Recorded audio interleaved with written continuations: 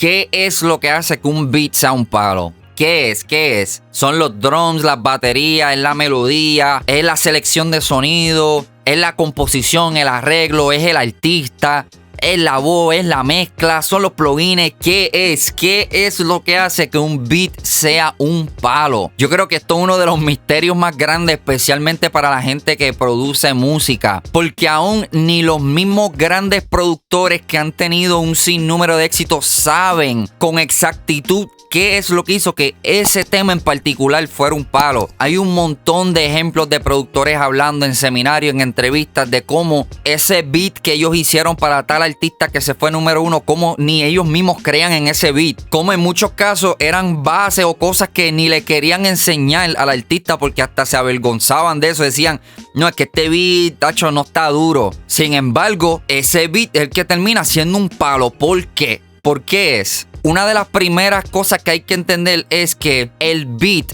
no existe solo. Lo que quiero decir es esto: cuando tú estás produciendo un beat para una canción o para un artista, el beat no es el centro, no se supone que sea el centro de la canción, el centro se supone que sea la voz. Entonces muchos productores creen que porque el beat tenga más sonido o porque el beat sea más complejo musicalmente, ya por eso está más duro. Sin embargo, cometen el error de no dejarle ese espacio a la voz y entender que no se trata de el beat brillar o que el beat impresione a las personas. Eso es una mala costumbre, te lo puedo decir por experiencia, me ha pasado. Eso es una mala costumbre que tienen muchos productores. ¿Por qué? Porque cuando producen, realmente, lamentablemente, están pensando en sus colegas. Están pensando en los otros productores que van a escuchar el beat en vez de pensar en el consumidor que va a escuchar al artista que está cantando, rapeando, lo que sea por encima de tu beat. No se trata de simplemente cargar y añadir cosas al beat para impresionar. Es qué es lo necesario para este tema. ¿Cuáles son los elementos necesarios que necesitan acompañar esta voz para poder pintar esta película y esta historia mejor? Para mí esa es la gran diferencia entre un beatmaker y un productor, que después podemos entrar en detalle en eso, en las grandes diferencias. Pero para mí, una de las grandes diferencias es que un beatmaker solamente sabe hacer pistas. Sabe hacer pistas que pueden existir solas. Pistas que se la pueden enseñar a los panes y ese beat está duro. Pero un productor sabe cómo añadir los elementos necesarios sin sobrecargar el tema para que esa historia se pueda pintar con perfección. Y esto es con lo que a veces chocan muchos músicos, muchos productores o personas de otro género, o personas cuando critican, wow, ¿cómo esta canción puede ser un palo? Si mira, eso lo puedo hacer yo, o mira lo simple que es. Porque no se trata de eso. A veces lo más simple es lo más hermoso. A veces lo más simple es lo más digerible para el consumidor. Es una cosa que siempre hay que tener en consideración. Tú no estás haciendo música para otros músicos. Tú no estás haciendo música para otros productores. Tú estás haciendo música para el público. Y el público realmente al final del día no le importa qué micrófono tú estás usando, no le importa qué software estás usando para producir, no le importa que si estuviste 20 horas haciendo el beat o estuviste media hora haciendo el beat. Lo que a ellos les importa es la esencia, es la emoción, es la energía del tema. Y eso, en fin, realmente, al final del día, ese peso cae primordialmente sobre el artista y sobre la voz. Si nos vamos a un ejemplo, nos vamos a lo americano, a un super palo como el tema de Whitney Houston, I Will Always Love You. Ese tema empieza a capela. Por ejemplo, como si nos vamos a lo latino, el tema, por ejemplo, de Elvis Crespo, Suavemente, empieza a capela. Me acuerdo haber visto una entrevista de Elvis Crespo hablando del proceso cuando creó Suavemente, y él dice que originalmente cuando él entraba cantando, entraban otros instrumentos, entraba el piano, varias cosas, y que él le dijo al productor, mira, no, yo quiero que eso arranque y eso empiece la voz solamente. Eso es una decisión. Ahí Elvis Crespo estaba pensando como productor. Porque quizá, y los que son beatmakers lo saben, aunque no lo quieran admitir, pero muchos beatmakers o otros productores, si le hubiesen dado ese mismo tema, son bien pocos los que hubiesen tomado ese riesgo de arrancar el tema a capela. Porque lamentablemente, inconscientemente, todos los productores, a mí me pasa mucho, todos tenemos inconscientemente esta carga de que cuando le enviemos el tema al artista, pensamos que el beat tiene que de cierta manera captar su atención, tiene que impresionarlo, y realmente no es así. Realmente producir no se trata de eso, como les dije. Se trata más bien, tú eres el canvas, tú estás pintando el canvas para que ese artista pueda interpretar su historia, su mensaje. No sé si ustedes sabían, no me acuerdo dónde fue que lo leí, pero que el oído humano realmente puede entender o capturar 3 a 4 elementos o sonidos a la vez. Esto es algo que los grandes productores y compositores saben. Cuando tú sobrecargas un tema, un beat, realmente le estás haciendo daño al tema, porque estás de cierta manera opacando los elementos importantes para el consumidor. Una cosa que yo aprendí de uno de mis productores favoritos, y es uno de los productores más grandes de los últimos 20, 30 años, Max Martin, es que él dijo que cuando tú estás produciendo un tema, tú tienes que identificar cuáles son los wow factors, cuáles son esos elementos que hacen que el tema sea un palo. Y luego que tú identificas esos elementos, tú tienes que tratar lo mejor que tú puedas de no poner nada que choque con esos elementos. Nuevamente, estudia, hagan el análisis, busquen de los temas más grandes que han existido dentro de la música, del género que sea, y van a encontrar que la gran mayoría son bien simples.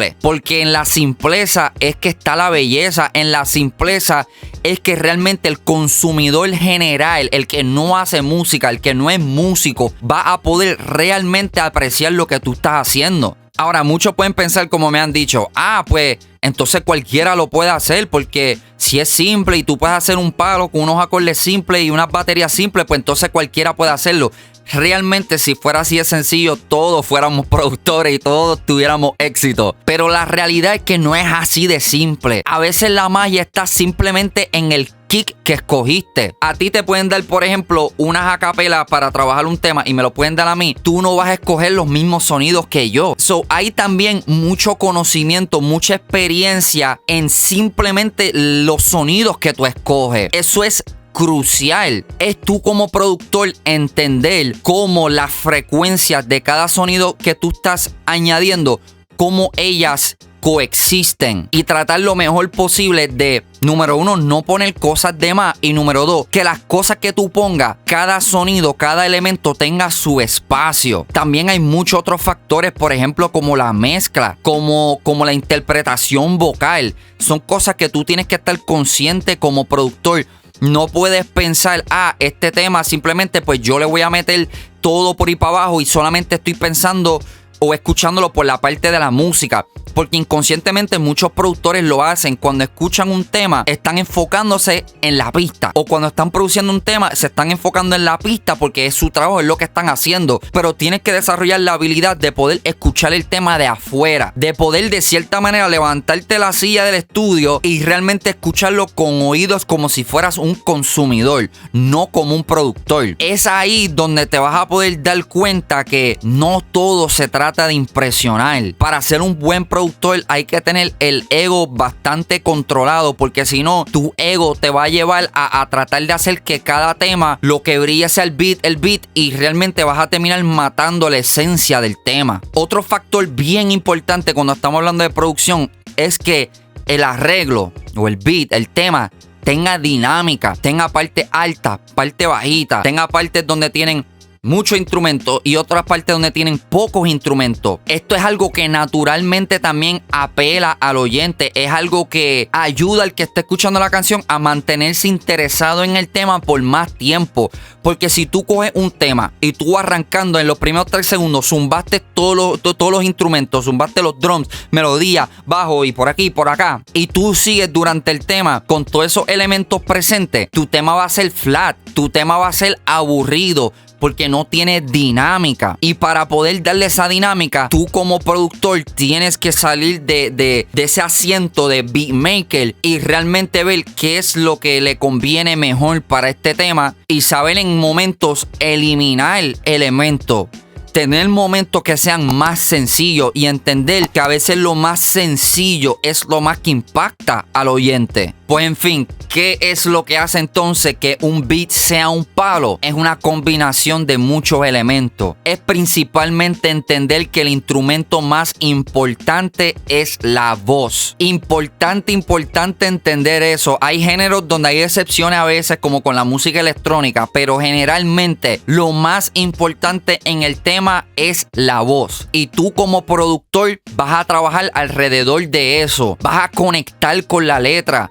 Vas a conectar con la melodía, vas a conectar con el registro vocal del artista y vas a tomar esos elementos para entonces hacer el arreglo alrededor de eso. Otro ejemplo de esto es el tema de Adele, de Hello. Uno de los temas yo creo que más grandes de la última década. Escuchen ese tema, lo simple que es ese tema. Pero era importante que ese tema fuera así de simple porque si no, pierde su intimidad. Es entender el contexto de cada canción. Por ejemplo, como ese de Adele, ese es el contexto, es personal, es íntimo. Y si tú añades demasiados elementos, vas a perder eso, vas a quitarle la intimidad. ¿Qué es lo que hace que un beat sea un palo? Es añadir lo necesario. No es añadir de más por impresionar a tus panas que también hacen pistas. No se trata de eso. Es la selección de sonido. Es seleccionar tu kick, seleccionar tu snare, tu hi-hat, lo que sea, tomando en consideración los otros elementos que hay dentro del beat. Porque acuérdate, si tú estás escogiendo un kick, la gente no está escuchando el kick solo, está escuchando el kick junto a los demás elementos. So, tu selección de kick debe ser tomando en consideración los otros elementos que hay en el beat.